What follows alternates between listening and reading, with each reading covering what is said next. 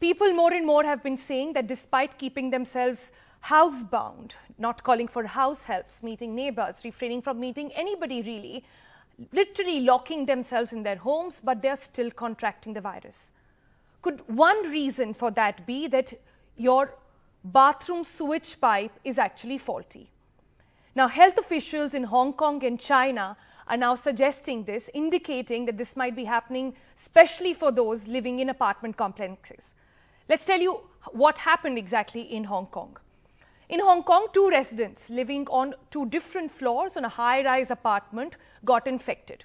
This was in a state of absolute lockdown, really. The first was a 75-year-old man, and 10 days later, a 62-year-old woman in the same building got it. Soon her family got it as well. The first 2 people were living 10 floors apart, but in the same vertical, in the same block apartment.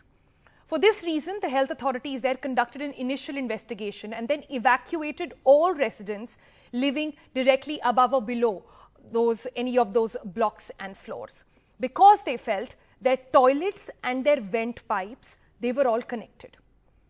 So what got the Hong Kong authorities believing that virus could actually be spreading through this sewage pipe in the building bathroom plumbing system? Now, they believe, and in fact, they drew comparisons from the 2003 SARS coronavirus outbreak, where this was discovered to be a major source of transmission.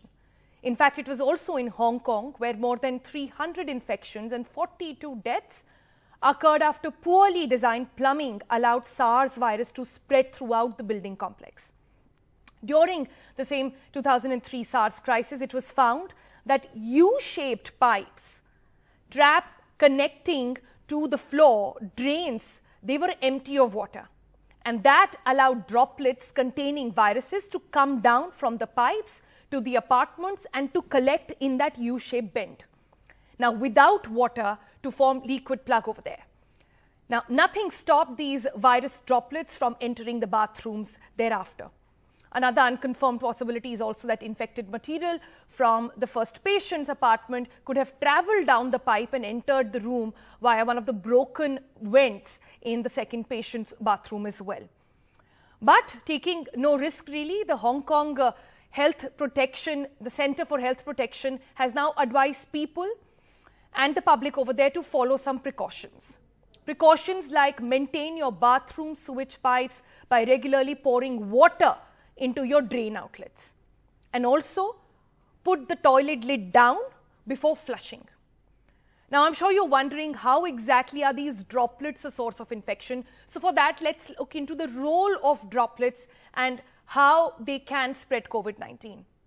Also, remember aerosols, it has been talked about extensively. Let's explain to you what exactly does that mean and how does COVID stay airborne.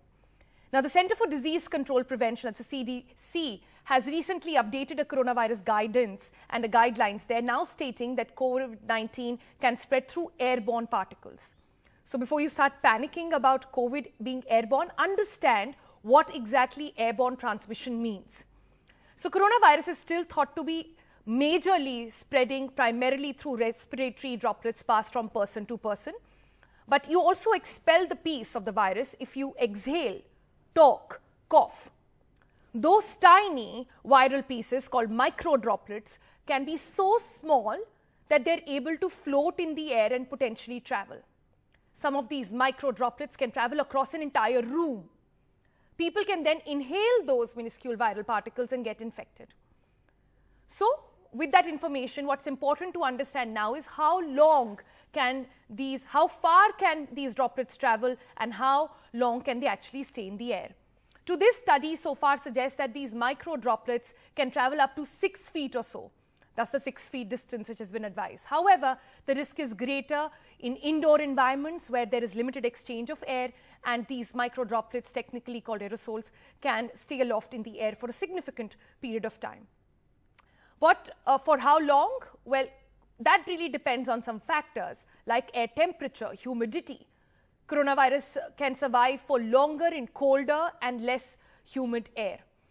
And in those cases, it may stay in the air for up to 3 hours is what the studies are indicating. More recently, a study of a variant in Sri Lanka suggested that it can stay in the air up to 24 hours.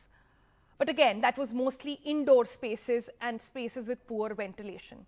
Now, it is these aerosols or micro droplets that you want to call them, which are said to have collected in that U-shaped bathroom sewage pipe in both Hong Kong and China, then leading authorities to question their role and ask people to take further precautions.